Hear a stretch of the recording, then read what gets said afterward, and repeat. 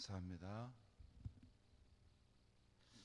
오늘 말씀의 제목은 자녀를 어떻게 양육할까, 이 두 번째 시간입니다. 에베소 6장 4절에 아비들아 오직 주의 교훈과 훈계로 양육하라, 이런 말씀이 있어요. 오늘 저녁에는 지난주에 이어서 에베소 6장 4절 말씀을 근거로 자녀 양육에 대한 말씀을 전하고자 합니다. 지난주 저는 오직 주의 교훈과 훈계로 양육하라는 말씀은 단순히 주일이면 교회에 나가 예배하게 하라, 매일 성경 읽게 하라, 식사 때 감사 기도하게 하라, 거짓말 하지 말게 하라, 이런 것만이 아니라고 했습니다. 물론 그런 낱낱의 이런 계명을 가르치는 것도 필요하지만 우리가 억지로 하다 보면 잘못하게 되어 종교 생활만 가르치게 된다고 했습니다. 그러면서 저는 주의 교훈과 훈계로 자녀를 양육하라는 말씀에는 더 깊은 뜻이 있다고 했습니다. 그 성경 전체에서 강조하고 있는 믿음, 사랑의 삶을 부모가 보여주는 것이라고 했습니다. 말로 하는 것도 필요하지만 삶으로 보여지는 것만큼 분명하고 확실한 건 없습니다. 성경에서 이것을 자녀에게 가르치라 라고 했을 때는 무슨 말로 가르치라, 형식으로 가르치라, 그것보다는 너가 전심으로 하나님을 경외하고 사랑하는 그 삶의 모습을 너의 자녀들이 보게 하라, 그런 뜻이 있습니다.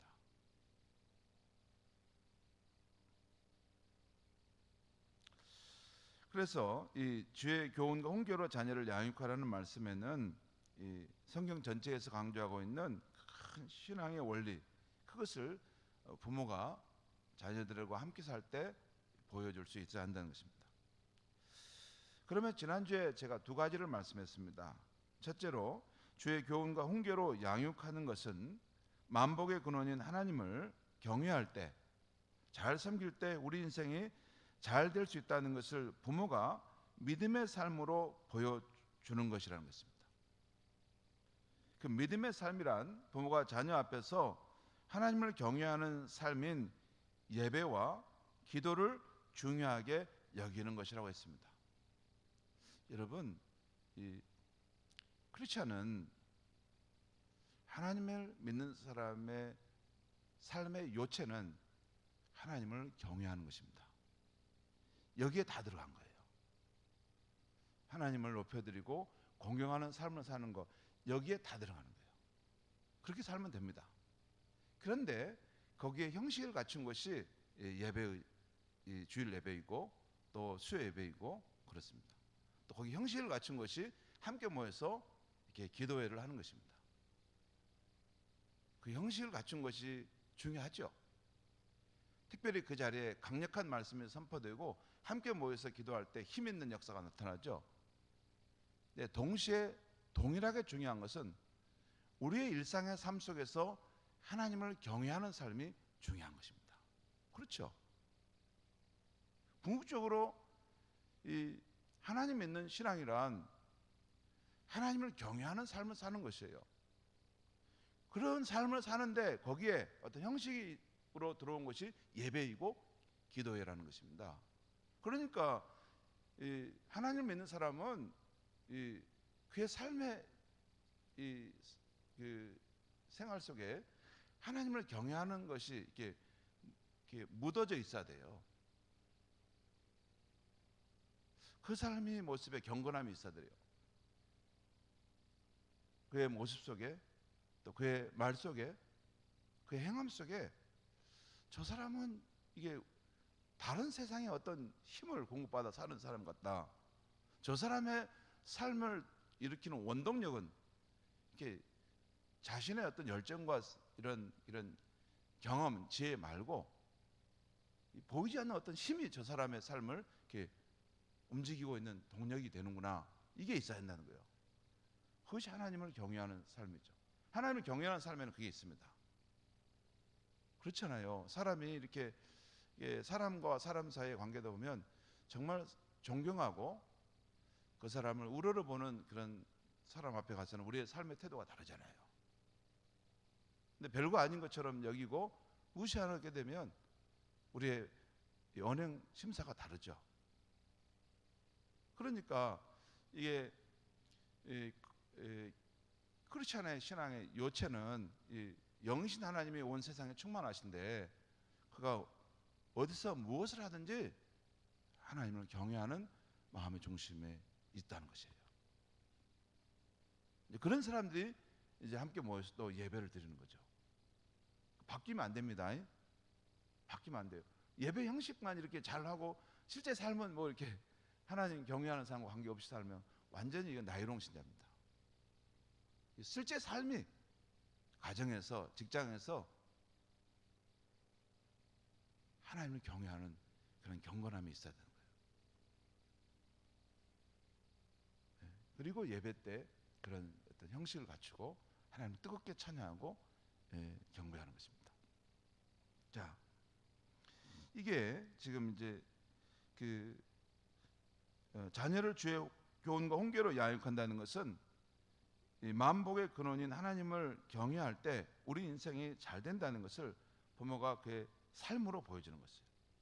그래서 경외하는 삶을 사는데 특별히 예배 드릴 때 특별히 그의 삶에 경건히 기도하는 삶이 있다는 거예요. 여러분 그게 참 중요해요. 우리 부모님은 한 번도 기도하는 걸 내가 본 적이 없다. 그러면 큰일 납니다. 우리 부모님은 예배 드리는 시간에 보면 뭐 다른 데 가고 우선순위가 두 번째, 세 번째로 막 바뀌더라. 그런 자녀가 하나님 경외하는 것을 부모로부터 배울 수는 없는 거예요. 그렇죠? 예배 드리는 시간 되면 다른 그 무엇보다도 나는 예배 드리러 간다. 그렇게 하고 하나님께 나와서 예배 드리고 비가 오나 눈이 오나 또 성전에 나와서 기도하고 그러면 자녀들이 안 보는 것 같아도 야, 우리 아버지는 우리 어머니는 진짜 신자다 이 생각을 합니다.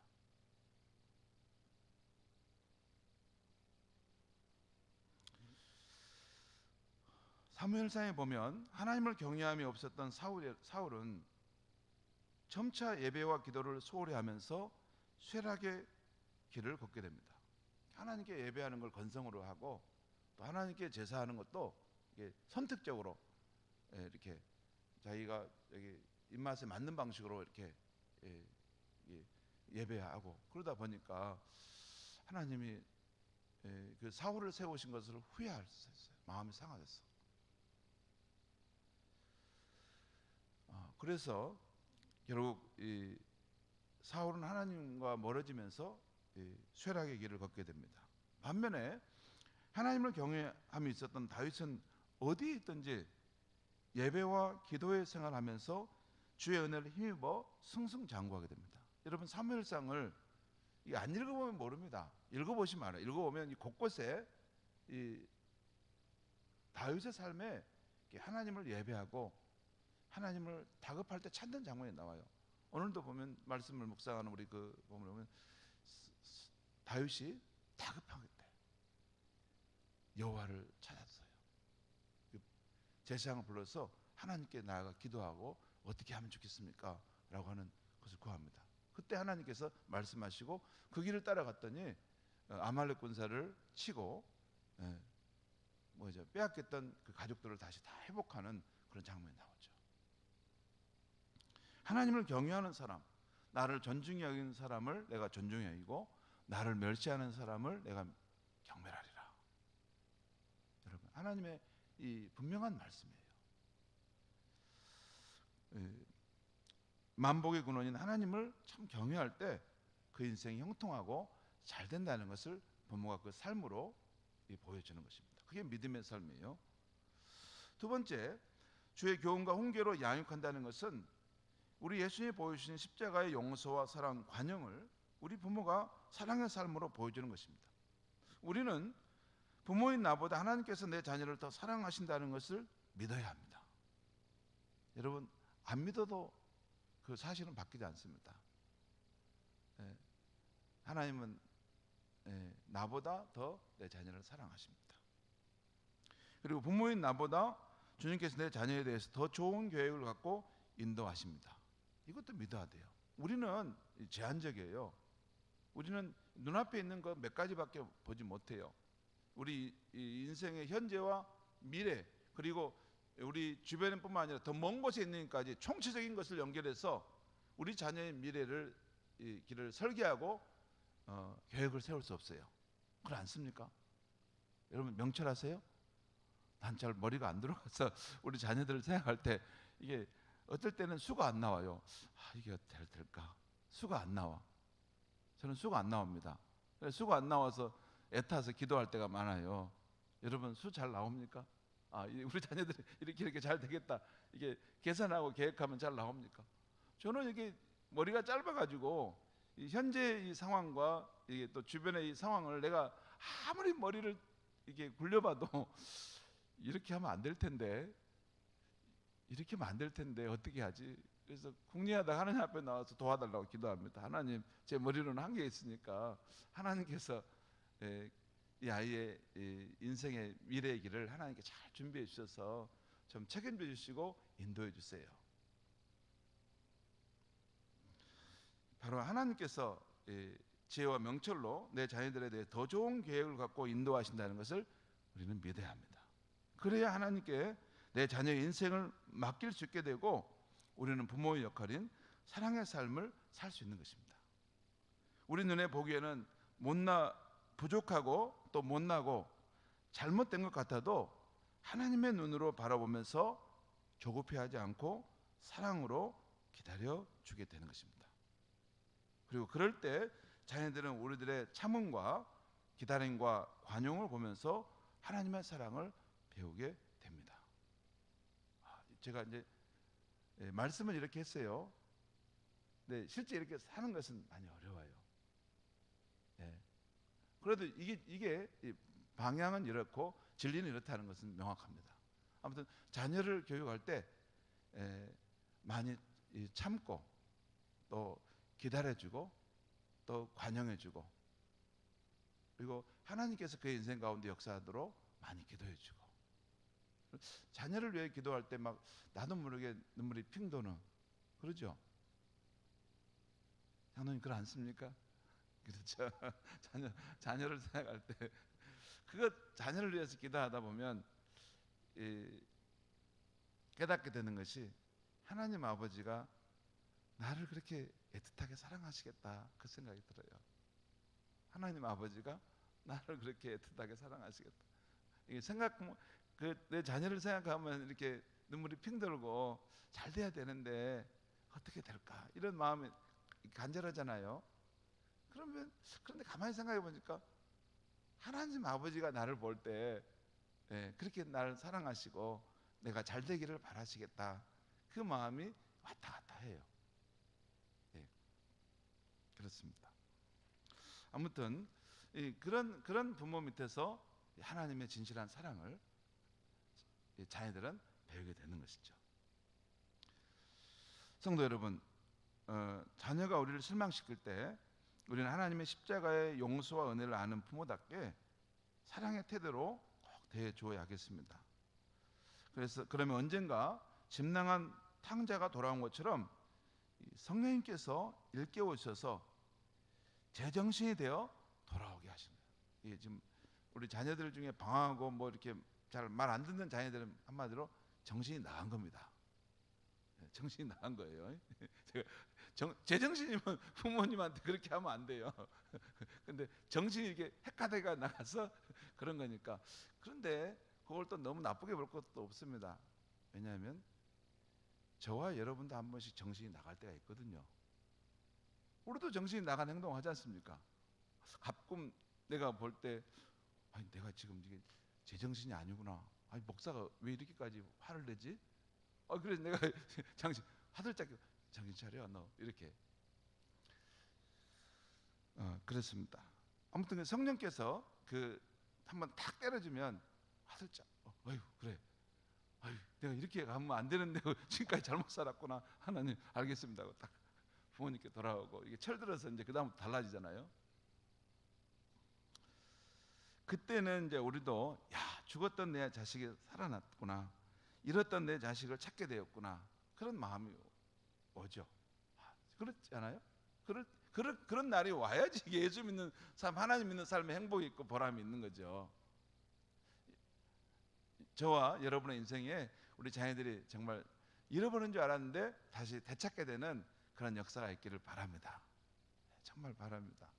예, 특별히 믿음 없이 세상으로 이렇게 방황하는 자녀들이 어느 순간 이 눈물로 기도하는 우리들의 그 진실한 믿음을 보고 하나님 앞에 돌아오는 역사가 꼭 있게 되기를 바랍니다. 자, 이렇게 부모는 믿음으로 또 사랑으로 자녀들 앞에서 그 삶의 본을 이렇게 나타냄으로써 우리가 주의 교훈과 훈계로 양육한다는 거예요. 그냥 뭐 말씀 몇 마디 이렇게 가르치고 그 정도가 아닙니다. 우리의 삶 자체가 통째로 믿음의 삶, 사랑의 삶을 전해줄 때 정말 우리 자녀들이 하나님을 만나게 되고 이렇게 참된 신앙을 갖게 된다는 것입니다.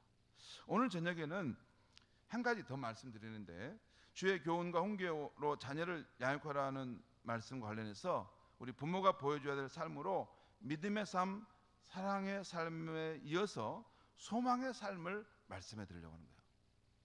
소망의 삶도 중요하죠. 여러분, 이 세상 소망이 없으면 어떻게 살아요? 그러지 않습니까? 여러분, 이 세상 살면서 이게 답답하고 안 될 상황이 막 있잖아요. 이거 우리 꿈대로 안 되고 뜻대로 안 돼서 마음이 낙심되고 무너져 내릴 때 있잖아요. 그럴 때 소망이 없이는 어떻게 인생을 살아요? 저는 지금까지 소망이 있었기 때문에 여기까지 살아왔어요. 앞으로의 남은 생에도 소망의 삶을 바라보기 때문에 때로는 힘들고 이게 뭐냐면 지칠 때도 있지만 그 소망의 날이 내 앞에 있다. 그 날을 향해 내가 지금 달려간다. 이 마음이 있어서 주님 앞에서 지금 길을 가고 있는 것입니다. 우리가 그래서 이 주의 교훈과 훈계로 자녀를 양육한다는 것은 아무리 현실이 어렵고 답답해도 소망의 하나님을 굳게 신뢰할 때 새로운 살 길이 열린다는 것을 부모의 삶으로 보여주는 것이에요. 부모의 삶을 보니까 야, 저럴 때 저런 현실이라면 정말 이 낙심하고 정말 삶을 그만둘 것 같은데 우리 어머니는, 우리 아버지는 대단하십니다. 어디서 저런 이 뭐냐면 포기할 수 없는 힘이 이제 나오는 거야. 처음에는 몰랐는데 소망의 하나님을 굳게 의지하면서 우리가 그것을 돌파해 갔다는 것을 자녀들이 보게 된다면 인생의 길에 소망의 삶을 배우게 된다, 그 말입니다. 성경에는 무엇보다 하나님을 믿는 사람들의 소망의 성취가 가득히 이루어진 것을 볼 수 있어요. 믿음의 사람 아브라함이 결국 100세에 그토록 바랐던 아들 이삭을 낳은 것이 그렇습니다. 믿음의 사람 야곱이 결국 형 에서와 화해하고 평화를 이룬 것이 그렇습니다. 그 형 에서와 만나서 화해하기 전까지는 야곱은 그 집을 떠났을 때 아버지와 형을 속였던 그것 때문에 양심의 가책으로 한순간도 편히 잠을 못 잤을 거예요. 그래서 그 압박감가에서 하나님 앞에 정말 간절한 마음으로 기도하지 않았어요? 그래서 하나님 응답을 받고 그 형 에서 앞에 나갔는데 화해가 이루어진 것이에요. 그러니까 그 마음의 소망이 이루어진 거예요. 믿음의 사람 요셉이 결국 제수의 누명을 벗고 바로 왕의 앞에 선 것도 바로 그렇습니다. 여러분, 이 요셉은 보디바르 집에 팔려가고 또 거기서 누명을 받고 누명을 쓰고 감옥에 던져졌잖아요. 그렇죠? 그 상황 속에서 특별히 술 맡은 간원장 또 떡 맡은 간원장을 이렇게 섬기다가 꿈을 잘 해석해 줬더니 실제 그렇게 술 맡은 간원장이 풀려나게 되었어요. 그래서 풀려나기 전에 요셉이 그 술 맡은 간원장에게 당신이 다시 복권되면 술 맡은 간원장이면 지금으로 말하면 뭐 경호부장이나 뭐 이게 가까이 그 대통령 바로 옆에 있는 사람 누구죠? 대통령 가장 가까운 비서실장이죠. 그 얘기입니다. 그러니까 나의 억울한 사정을 말해 주셔서 나를 좀 해방시켜 달라고 그렇게 했는데 창세기 40장 보면 거기 나오는데 그 술 맡은 간원장이 자기 복권된 이유 까맣게 잊어버렸다는 거예요. 분명히 그 나가기 전에 그 약속을 서로 받았는데 그것이 2년의 세월 동안 지나갔던 거예요. 그 2년의 세월 동안 요셉은 얼마나 소망이 깊었겠어요. 그 술 맡은 간원장이 분명히 나하고 약속을 했는데 왜 아직까지 그 소망이 이루어지지 않을까? 이루어지지 않을까? 이루어지지 않을까? 했는데 2년 후에 바로 왕이 꿈을 꾸게 되면서 그 소망이 성취되게 됩니다. 믿음의 사람 룻이 그 낯선 그 모압 여인이었기 때문에 그가 베들레헴으로 온 것은 낯선 이방 땅에 온 것과 똑같아요. 근데 그 낯선 땅에 와서 보아스를 만나 여호와의 은총의 날개 아래 살게 된 것도 바로 그렇습니다. 그 소망의 성취. 여러분, 룻이라고 해서 그 삶이 그렇게 아무렇게나 살다 버려지길 원했겠어요? 아니죠. 젊을 때 홀로 됐는데 그 인생이 복권되고 회복되고 여성으로서 행복한 삶을 살고 싶은 마음이 없었겠습니까? 그리고 그런 마음을 가진 것이 잘못이겠습니까? 아니죠. 내 인생도 전반전에 잃어버린 것을 후반전에는 회복되었으면 좋겠다. 내 어머니 그 하나님이 정말 살아계시면 나의 삶을 회복해 주시면 좋겠다. 그 마음에 어떤 그런 작은 소망이 있었을 거예요. 그 소망의 성취를 하나님께서 보아스를 만남을 통해서 이루게 하셨다는 거예요. 하나님의 은총의 날개 아래 살도록 하는. 그리고 믿음의 백성들인 이스라엘이 결국 BC 538년에 페르시아의 고레스 왕에 의해서 바벨론 포로에서 해방되어 고국으로 돌아가게 된 것이 그렇습니다. 여러분, 그 예루살렘 성이 멸망하고 70년 동안 이 포로 생활하면서 여러분, 우리 한 번도 그렇게 우리는 36년이었죠. 36년에서 이렇게 해방을 맞이했는데도 그렇게 막 대한독립 만세 하고 막 그 해방의 기쁨을 막 외치면서 그날을 그렇게 해방을 맞이했잖아요. 근데 70년 동안 그 당시에 그 고대 시대의 바벨론 포로를 생활하는 것은 인권이 없어요. 인권도 없고 그래서 완전히 노예 생활하고 그러면 죽임을 당하는 그런 상황 속에 살았는데 그 얼마나 소망했겠습니까? 하나님, 우리가 다시 고국으로 돌아갈 수 있게 해주세요. 여러분, 그 시편 126편에 이 말씀이 거기 보면 나오는데 여호와께서 시온의 포로를 돌려보내실 때 우리는 꿈꾸는 것 같았도다. 그때 우리 입에는 웃음이 가득하고 우리 혀에는 찬양이 찼도다. 여호와께서 우리를 위하여 큰 일을 행하셨으니 우리는 기쁘도다. 눈물을 흘리며 씨를 뿌리는 자는 기쁨으로 거두리로다. 이 시편 126편의 말씀이 바로 그 70년의 세월 동안 바벨론 포로 생활의 삶 속에서 우리가 해방되어 고국으로 돌아갔으면 얼마나 좋으련만 하는 그 소망이 성취된 것을 그 마음에 기쁨으로 노래한 노래가 시편 126편의 말씀입니다. 시온의 포로를 돌리셨을 때, 시온이라 이스라엘을 말해요. 우리 이 백성을 포로의 생활에 돌려보냈을 때 우리가 마치 꿈꾸는 것 같았다.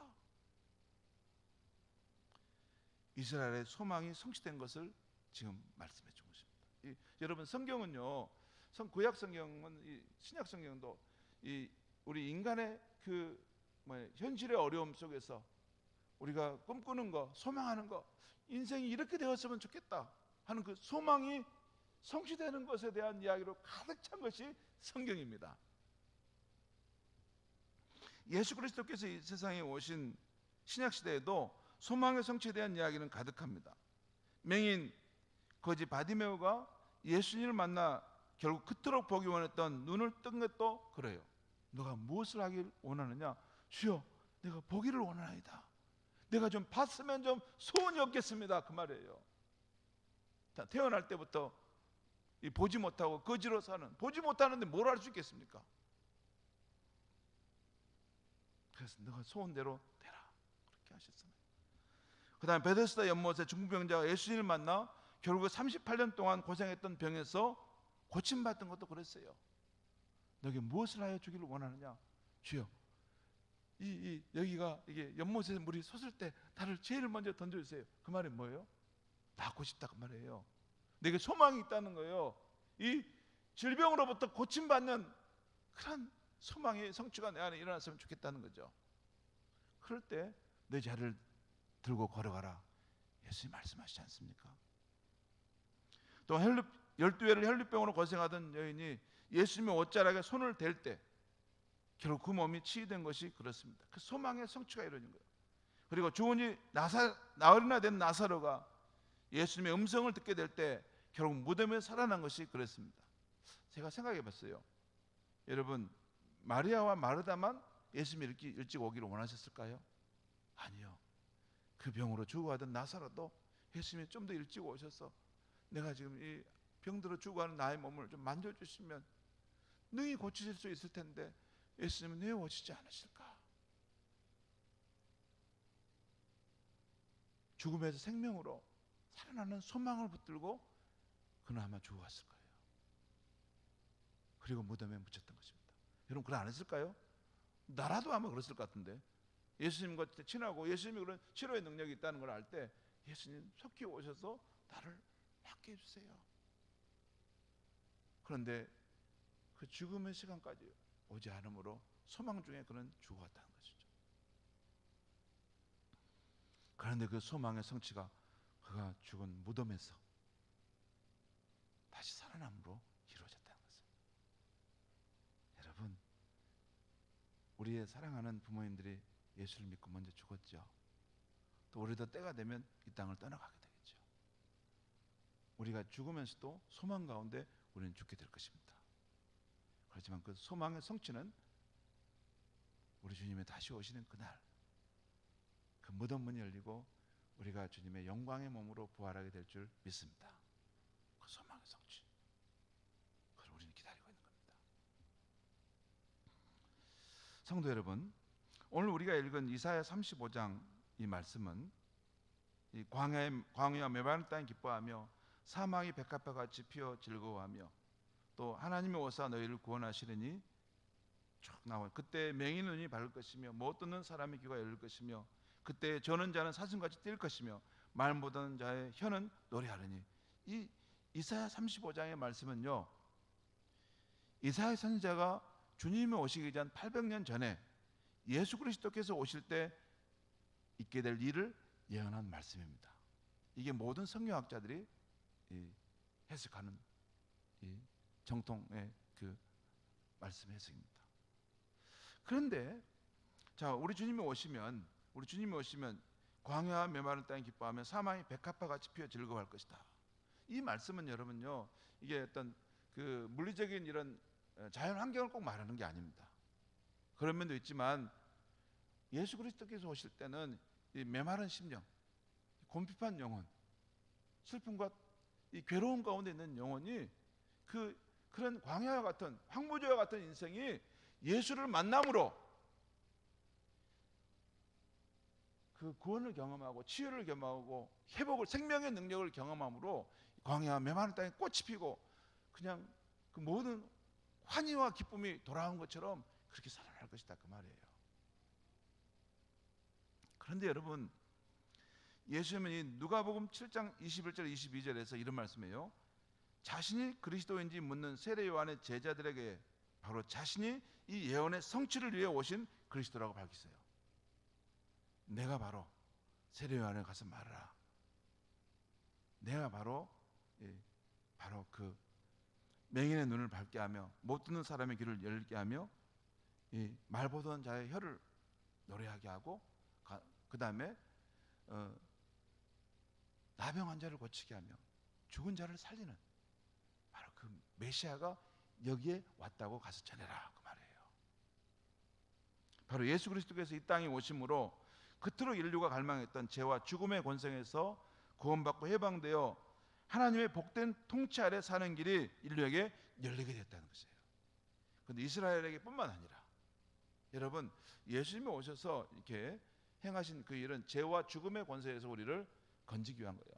여러분, 질병도 죄와 죽음으로부터, 죽음의 힘으로부터 이게 우리 안에 오는 것입니다. 늙고 죽어가는 것도 거기 권세로부터, 죄와 죽음의 권세가 우리를 사로잡기 때문에 그 안에 복속되는 것이죠. 그런데 예수님께서 이런 죄와 죽음의 권세로부터 우리를 해방시키시고 하나님 나라의 복된 통치로 우리를 인도하기 위해서 오셨다는 거예요. 성도 여러분, 신약시대를 사는 우리는 이 이사야 35장의 소망의 성취가 2000년 전에 유대 땅에 예수 그리스도와 함께 하나님 나라가 임함으로 시작되었다는 것을 알고 있어요. 2000년 전에 예수님과 함께 하나님의 나라, The Kingdom of God, 하나님 나라가 이 땅에 임함으로 이 복된 이 역사가 시작되었다는 것이에요. 곧 예수를 구주와 주님으로 믿는 자들에게는 죄와 죽음의 권세에서 해방되어 하나님의 나라로 옮겨지게 되고, 또한 주의 성령이 그 사람에게 임하게 된다는 것을 우리는 보고 있는 것입니다. 그러나 이 이사야서 35장의 예언이 완전히 성취되는 것, 곧 하나님 나라가 이 세상에 온전히 임하는 것은 아직도 기다려지고 있음을 봅니다. 이미 임한 하나님 나라와 아직 완성되지 않은 하나님 나라 사이에서 우리 그리스도인은 지금도 소망 중에 하나님 나라의 그 완전한 통치가 이 땅에 이루어지기를 갈망하며 기다리고 있는 것이에요. 그렇습니다. 여러분, 이사야 35장의 말씀은 예수님께서 처음에 이 땅에 오셨을 때 어느 부분 이루어져 가는 것을 보여줬다면, 그 완전한 성취는 예수님께 다시 오시는 그날 새하늘과 새 땅이 펼쳐지면서 이루어지게 될 줄 믿습니다. 요한계시록 11장 15절 말씀, 곧 세상 나라가 우리 주와 그의 그리스도의 나라가 되어 그가 세세토록 왕노로 다시리로다. 여러분, 지금은 이 세상 나라가 우리 주님의 나라로 온전히 통치권이 바뀌지 않았어요. 여러분, 예수를 믿는 사람들은 주님의 통치권 아래 있지만 아직도 예수를, 하나님을 부정하고 하나님의 나라를 인정하지 않는 세상에 세속주의 물결이 온 세상에 가득합니다. 그래서 우리가 하나님 나라가 이 땅에 임하소서라는 기도를 하고 있는 거 아닙니까? 하나님 나라가 임하는 그날이 올 때 죄와 죽음의 그 권세가 사라지고 인생의 탄식과 눈물과 슬픔이 떠나고 진정한 의와 평안과 기쁨의 그 나라가 돌아오는 것입니다. 그것을 우리는 갈망하면서 하나님 나라의 복음을 이 땅에 지금 전파하고 살아가는 것이에요.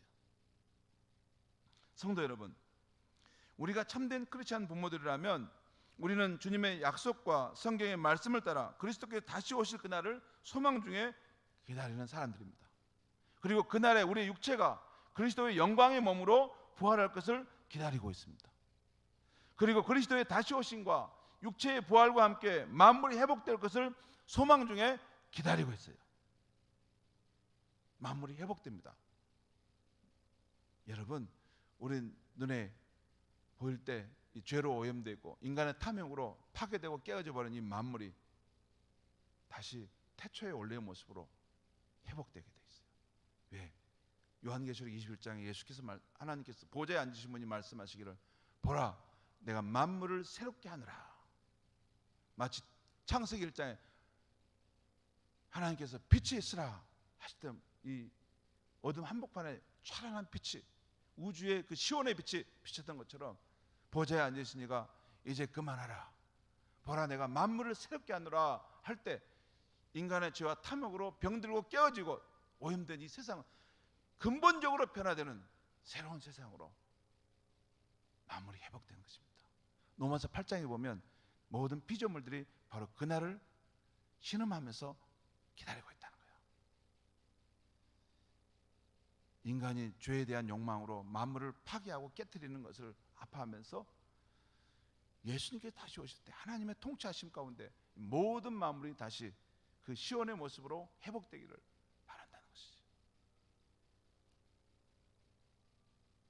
그리고 그때는 하나님 나라가 이 세상에 성취될 것입니다. 그리고 우리는 주 예수님과 함께 새하늘과 새 땅에서 영원히 다스리게 될 것입니다. 이것이 우리 크리스찬의 부모의 소망인 것입니다. 우리의 소망의 본체가 여기에 있는 거예요. 여러분, 우리가 소망을 간다고 해서 뭐 이 세상에서 뭐 이렇게 작은 뭐 회사 하나 취업하는 것이 소망이 전부면 안 됩니다. 우리는 위대한 소망, 큰 소망, 변치 않는 영원한 소망을 갖고 있기에 이 땅에 있어서도 소망을 갖는 것입니다. 성도 여러분, 저는 지금도 천국에 가 계신 우리 어머니로부터 예수 그리스도 안에 이미 이루어지고 또 앞으로 이루어질 이 소망의 복음을 받게 되었어요. 예수 그리스도 안에 이미 이루어진 것은 예수를 믿을 때 제사함과 하나님과 화해하게 되고 하나님의 자녀가 되고 우리와 같은 그런 죄인의 모습에 주의 성령께서 오셔서 임재하신다는 거예요. 그리고 앞으로 이루어질 소망의 복음이라는 것은 다시 오실 주님, 그럴 때 육체가 부활할 것이고 우리의 본향 천국에 우리가 가게 살게 될 것이라는 것, 그것이 그때 이루어질 것이라는 것입니다. 지금도 이 소망의 복음을 저는 소중히 여기고 있고 또한 내 생활 속에서 누리며 살아가고 있다는 것입니다. 이제는 우리 하나님께서 예수 그리스도 안에서 우리에게 약속하신 소망의 복된 소식을 어떻게 자녀들에게 전해줄까 하는 그런 마음으로 기도하고 때때로 전하려고 힘쓰고 있습니다. 성도 여러분, 현대 세속주의에 물든 세상에 살다 보니까 우리 크리스찬들이 놓치는 것들이 많이 있습니다. 그런데 우리는 주의 교훈을 생각할 때 무엇이 중요한디라는 말을 늘 생각해 봐야 하겠습니다. 무엇이 중요한디? 그 나름 말을 내가 봤더니 건강을 잃으면 다 잃는다는 것으로 건강식품 광고할 때 무엇이 중요한디 이렇게 말하는 걸 봤어요. 성도 여러분, 건강한 몸을 유지하는 것도 중요한 것이지만 그것도 다 한때인 것입니다. 우리 크리스찬들은 예수 그리스도 안에 있는 영원한 생명, 영원한 나라를 소망하며 살아야 하는 것입니다. 또한 그 소망의 복음에 대한 확고한 믿음이 있기 때문에 팍팍한 현실 속에서도 소망을 보는 사람들인 것입니다. 어머니, 이제 포기할 수밖에 없겠어요. 어떻게 하면 좋아요? 어머니, 더 이상 살 길이 보이지 않아요. 어떻게 하면 좋아요? 아버지, 우리 회사가 망하게 되었어요. 어떻게 하면 좋아요? 하며 절망하며 우는 자녀에게 걱정하지 말아라. 우리 하나님이 살아계시기에 결국 끝이 아니란다. 하나님이 우리 편이기에 결국 끝이 아니란다 라고 말하면서 눈을 들어서 소망의 하나님을 보게 하는 사람이 진정한 크리스찬 부모인 줄 믿습니다. 그것이 우리 부모예요.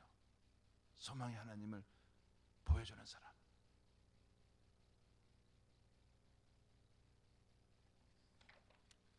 기도하겠습니다.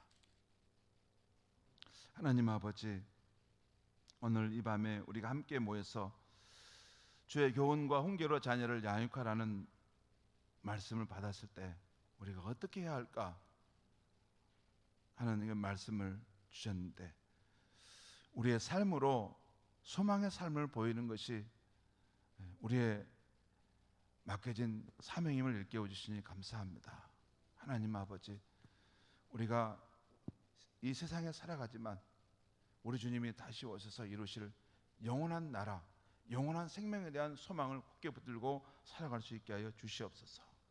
그래서 이 소망의 복음에 대한 확고한 믿음 때문에 팍팍한 현실 속에 살아가는 우리 자녀들 앞에서도 소망을 보게 하는 우리 믿음의 어머니들이 될 수 있게 하여 주시옵소서.